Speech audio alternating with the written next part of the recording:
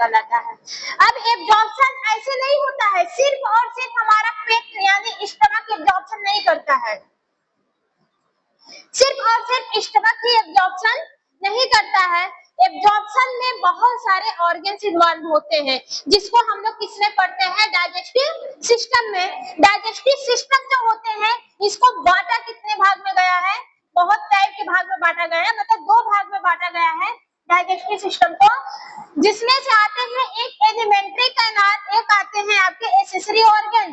2 भाग में बांटा गया है, एलिमेंट्री कैनाल, एक क्या आते हैं, दूसरे एक्सेसरी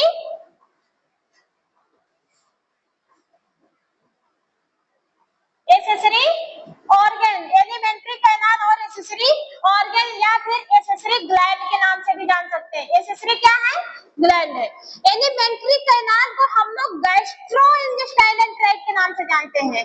गैस्ट्रो किससे रिलेटेड है, आपके स्टमक से।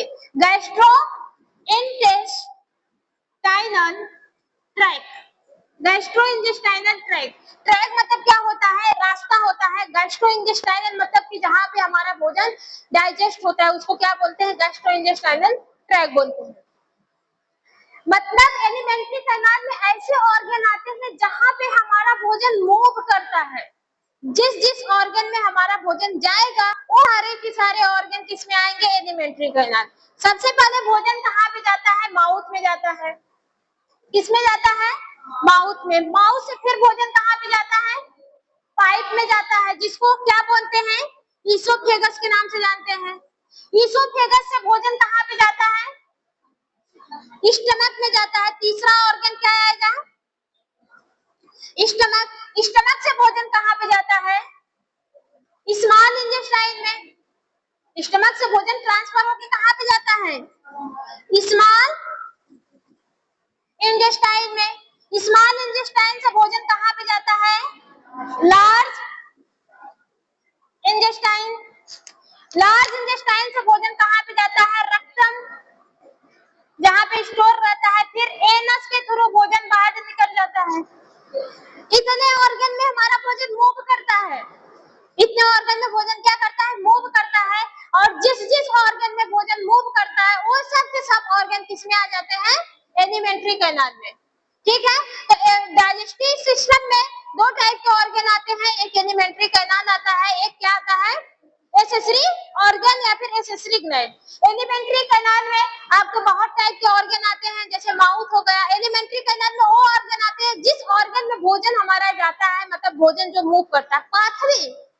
पाथवे ट्रैक मतलब क्या होता है, पाथवे, या फिर इसको हम लोग रास्ते के नाम से जानते हैं। ट्रैक मतलब रास्ता होता है, या फिर पाथवे हम लोग कह सकते हैं। ठीक है, इस पाथवे से भोजन मूव करता है और हमारे बॉडी से बाहर निकल आता है। तो भोजन पहले माउथ में जाएगा, माउथ से ईसोफेगस में, ईसोफेगस से स्टमक में, स्टमक से स्मॉल इंटेस्टाइन में, स्मॉल इंटेस्टाइन से लार्ज इंटेस्टाइन में, लार्ज इंटेस्टाइन में रेक्टम और एनस के थ्रू बॉडी से बाहर निकल जाता है। बात समझ में आई? तभी एक्सेसरी ऑर्गन क्यों है, एक्सेसरी ग्लैंड क्यों है, सारा काम इससे हो रहा है, तो एक्सेसरी ऑर्गन क्यों है? कभी सोचा है? इसके बिना डाइजेशन होगा ही नहीं। एक्सेसरी ऑर्गन के बिना डाइजेशन होता ही नहीं है। एक्सेसरी ऑर्गन्स में कौन कौन से ऑर्गन आते हैं आपके, एक तो आएगा पेनक्रियाज, दूसरा कौन सा आएगा, लीवर, तीसरा कौन सा आएगा, सलाइवा। पेनक्रियाज, लीवर, सलाइवा, ये आपके एक्सेसरी ऑर्गन्स होते हैं जो हमारे एलिमेंट्री कैनाल में तो नहीं आते हैं, लेकिन डाइजेशन प्रोसेस में आते हैं। डाइजेस्टिव ऑर्गन्स डाइजेस्टिव सिस्टम में इन्वॉल्व होते हैं। क्यों? क्योंकि इस ऑर्गन में भोजन मूव नहीं करता है, ये हमारे एलिमेंट्री कैनाल के जस्ट साइड पे प्रेजेंस रहते हैं। एलिमेंट्री कैनाल के कहाँ पे प्रेजेंस रहते हैं, साइड में प्रेजेंस रहते हैं।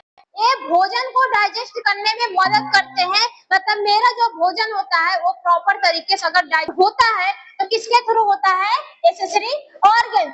एक्सेसरी ऑर्गन नहीं करती है, बस भोजन को पचाने के लिए जितने भी न्यूट्रिशंस, विटामिन, एंजाइम, हार्मोन्स की जरूरत पड़ती है वो सब के सब क्या करती है, सिक्रीट करती है। किसमें देती है? एलिमेंट्री कैनाल में देती है। एलिमेंट्री कैनाल के जस्ट अपोजिट साइड में रहती है, उसके साइड में रहती है। एलिमेंट्री कैनाल सीधा है, लीवर यहाँ पर है, ठीक है, पेनक्रियाज यहाँ पर है, आपके जो सलाइवा है वो आपके माउथ में है। ये अपोजिट है, मतलब कि हमारे एलिमेंट्री कैनाल की साइड में। ये मेरा एलिमेंट्री कैनाल सीधा है, इसके साइड में क्या लगी है जो कि एलिमेंट्री कैनाल से जुड़ी है। भोजन को डाइजेस्ट करने के लिए भी एंजाइम और हार्मोन्स की जरूरत पड़ती है। सब के सब कौन सीक्रेट करती हैं? एक्सेसरी ऑर्गन, और इसी एक्सेसरी ऑर्गन से 100% डाइजेशन होता है। कितना डाइजेशन होता है? पूरे का पूरे 100% डाइजेशन किसके थ्रू होता है? Accessory organ. एक्सेसरी ऑर्गन में भोजन जो होता है वो मूव नहीं करता है। बात समझ में आई? सिर्फ हेल्पर होती है जो भोजन को साइड से सपोर्ट करवाने में मदद करती है। बात समझ में आया? इसके अलावा हम सब बता दिए थे आपको, सब बताए थे एलिमेंट्री कैनाल के होते हैं, एक टाइप के ट्रैक होते हैं, लंबी पाइप नुमा संरचना होती है, ठीक है, जिसमें क्या आते हैं? टीथ आते हैं। सबसे पहले क्या आते हैं? माउथ में क्या आते हैं? टीथ। अब टीथ कितने टाइप के होते हैं? 4 टाइप के होते हैं। कृंतक, सॉरी, आगे वाले क्या होते हैं? इंसीजर, कैनाइन, मोलर और प्रीमोलर। जो इंसीजर होते हैं वो क्या करते हैं? काटने का काम करते हैं। कैनाइन फाड़ने का काम करता है। प्रीमोलर और मोरल भोजन को पीसने का काम करता है। फिर आता है टंग्स। टंग्स क्या करता है? जो टंग्स होती है, टंग्स, टंग्स की स्पेलिंग यही है। जो टंग्स होता है, टंग्स का कुछ काम नहीं होता है, सिर्फ भोजन का टेस्ट लेता है, क्योंकि टंग्स पे ही प्रेजेंस होती है डिफरेंट टाइप की टेस्टिस। अगर नहीं विश्वास है तो शीशे में जाके देखना, टंग्स को ऊपर करोगी तो एकदम यहाँ पे डिफरेंट टाइप की टेस्टिस प्रेजेंस रहती है, जो कि 4 टाइप की होती है। एक मतलब खट्टा, मीठा, तीखा जो टेस्ट होता है एक टेस्टिस के थ्रू आपको मिलता है। बात समझ में आई? कहाँ पे होती है? टंग्स में। इसके अलावा टंग्स भोजन और सलाइवा को मिक्स करने का काम करता है।